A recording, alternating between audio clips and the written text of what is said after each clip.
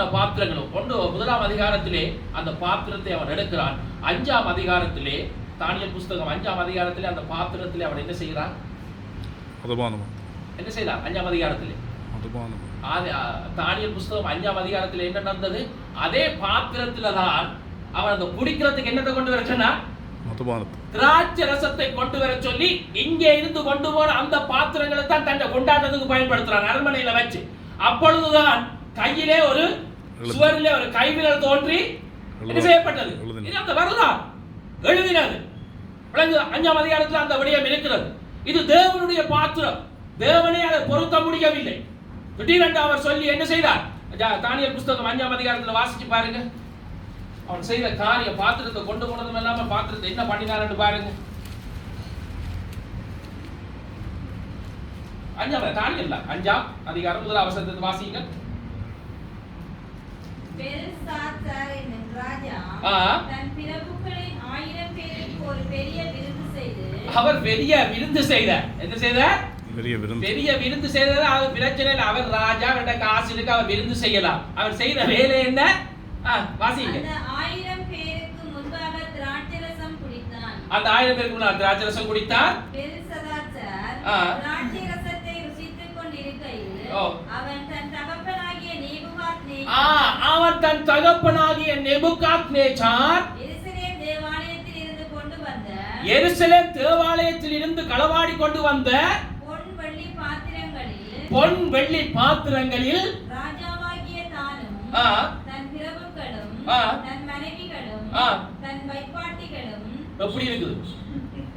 ஆறாரெல்லாம் இந்த பாத்திரம், ஐயோ இந்த பலிபீடத்துல பரிசுத்தமான அந்த ஆலயத்தில் இருக்கிற பாத்திரம் ஆசாரியனை தவிர வேறொருவரும் என்ன செய்யக்கூடாது? தொடக்கூடாது. சட்டமே கணக்க இருந்துச்சு. அப்போ ஆலயத்துல இந்த பாத்திரம் இப்படித்தான் வச்சிருக்க வேணும், இப்படித்தான் கழுவணும், இவர் தான் துடைக்க வேணும். பெரிய சட்டத்தை ஆண்டவர் மோசே மூலமாக அங்க கொடுத்து வச்சார். இவன் பாவி அந்த பாத்திரத்தின் பெருமதி தெரியாம அழகா இருக்கு, பொண்ணா இருக்கு கூட்டி கொண்டு வந்து வச்சு விருந்த வச்சு போட்டு ஆற்ற பாத்திரத்துல நடக்குது விருந்து. இதுகள் எல்லாம் ஆண்டவருடைய பாத்திரத்தில் நடக்கிறது. அதனாலதான் அங்கே திடீரென்று அந்த சுவரில் என்ன வந்துச்சு? ஒரு கைவிரல் ஒன்று தோன்றி என்ன செய்தது? எழுதி அவனுக்கு காண்பிக்கப்பட்ட தண்டனை கொடுக்கப்பட்டது. இதெல்லாம் வரலாறு. அப்ப இன்றைக்கும் இந்த பாத்திரம் நாங்கள் ஒவ்வொருவருமாய் இருக்கிறபடியினாலே இந்த பாத்திரம் இன்றைக்கு எங்களை விட்டு களவாடி கொண்டு போனால் அந்த பாத்திரம் எங்களுக்கு திரும்ப வர வேண்டும். அந்த பாத்திரத்தை நாங்க வச்சாத்தான் எங்களோட இருந்தா தான் நாங்க ஆசீர்வாதமா இருக்கலாம். அதுதான் தேவனுடைய விருப்பம். அப்ப இன்றைக்கு எங்களை விட்டோ இல்ல எங்களுடைய இல்லாமலோ எங்கள்கிட்ட இருந்து போன அந்த பாத்திரம் என்ன என்கிறதை பார்த்தால், முதலாவது பாத்திரம் 1 பேதுருவின் புஸ்தகம் 1ஆம் அதிகாரம் 7வது வசனத்தை நீங்கள் வாசித்தால், 1 பேதுருவின் புஸ்தகம் 1ஆம் அதிகாரம் 7வது வசனத்திலே முதலாவது பாத்திரம் சொல்லப்பட்டிருக்கிறது. வாசியுங்கள். அழிந்து போகிற பொன் அக்கினியினாலே சோதிக்கப்படும். அதை பார்க்கிலும் அதிக வெளியேற பெற்றதாய் இருக்கிற உங்கள் விசுவாசம் சோதிக்கப்பட்டு இயேசு கிறிஸ்து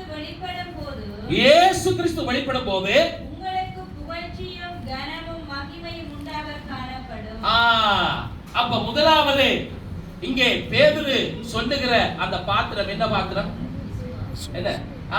விசுவாச பாத்திரம். எல்லாரும் சொல்லுங்க, முதலாவது பாத்திரம் என்ன? விசுவாசம். எல்லாரும் சத்தமா சொல்லுங்க, என்ன பாத்திரம்? விசுவாசம். எங்கள்ட்ட தண்ணி பாத்திரம், சோத்து பாத்திரம், எல்லா பாத்திரம் இருக்கு. ஆனா என்ன வேதம் சொல்லுகிறது? எங்களுக்கு இருக்க வேண்டியது என்னது? விசுவாசம். விசுவாச பாத்திரம். இன்றைக்கு கிறிஸ்தவத்தின் அஸ்திவாரமே எதுல போடப்பட்டிருக்கு? விசுவாசம். சொல்லுங்க. எல்லாருமே பைபிள் எடுக்கிற நீங்க தானே வாசிக்கிற புத்தகங்கள் எல்லாரும் இந்த பார்த்து என்னோட பேசுங்க. நீங்க காய்ச்சத்தான் அப்படி நானும் காய்ச்சி கொண்டு இருக்கலாம். சரியா? இது சும்மா கதை பேச்சு நடத்துறதுல கேளுங்க கேட்க மாத்திரங்க. மற்றபடி கவனம் கேளுங்க. என்ன விசுவாசத்தின் அந்த கிறிஸ்தவத்தின் அஸ்திவாரம் எது மேல போடப்பட்டிருக்கு? விசுவாசத்துல.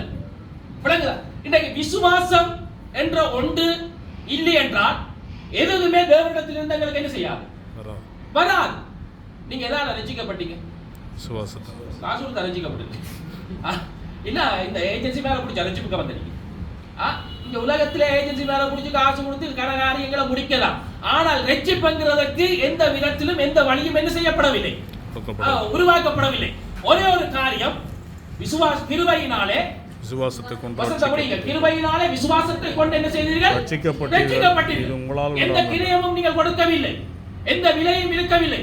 ஒரு விசுவாசித்தீர்கள், இயேசுவை விசுவாசித்தீர்கள். இன்றைக்கு நீங்க என்ன செய்யப்பட்டிருக்கிறீர்கள்? ரட்சிக்கப்பட்டிருக்கிறீர்கள். அப்படி விசுவாசித்து வந்த உங்களுடைய வாழ்க்கையிலே ஆண்டவர் அந்த விசுவாசத்தின் விதையை என்ன செய்திருக்கிறார்? உங்களுக்கு வச்சிருக்கிறார். விளங்குதா? உங்களுக்கு அந்த விசுவாசத்தின் விதை கொடுக்கப்பட்டிருக்கிறது. அந்த விசுவாசத்தின் விதை உங்களுக்குள்ள இருக்கிறபடினால்தான் இன்றைக்கு பல காரியங்களை நீங்கள் காணாவிட்டாலும், நீங்கள் பார்க்காவிட்டாலும், நீங்கள் ஓடுகிறீர்கள், நம்புகிறீர்கள், ஏற்றுக்கொள்கிறீர்கள் என்றால் அதற்கு காரணம் உங்களுக்குள்ள இருக்கிற விசுவாசம். இந்த விசுவாசத்தினால எல்லாம் இருக்கு. விசுவாசம் மிகவும் முக்கியம். கிறிஸ்தவ வாழ்க்கையிலே இன்றைக்கு கிறிஸ்தவர்களாக இருக்கிறார்கள், விசுவாசிகளாக இருக்கிறார்கள். ஆனா என்ன இல்லை? விசுவாசம் இல்ல. சபையில விசுவாசிகள் என்ற பேரோட இருக்கிறார்கள், ஆனால் அவர்களுக்கு இருக்க வேண்டிய என்ன இல்ல? விசுவாசம் இல்ல. விசுவாசம் இன்றைக்கு குறைந்து போயிட்டு, விசுவாச பார்வை கிடையாது, விசுவாச வார்த்தைகளை பேசுவது இல்லை. விசுவாசம் இல்லாமல் எபிரேயர் புத்தகம் 11ஆம் அதிகாரம் 6வது வசனத்திலே ஆண்டவருடைய வார்த்தை எப்படி சொல்லுகிறது? விசுவாசம் இல்லாமல் இருப்பது கூடாத காரியம். விசுவாசம் இல்லாமல் இருப்பது கூடாத காரியம்.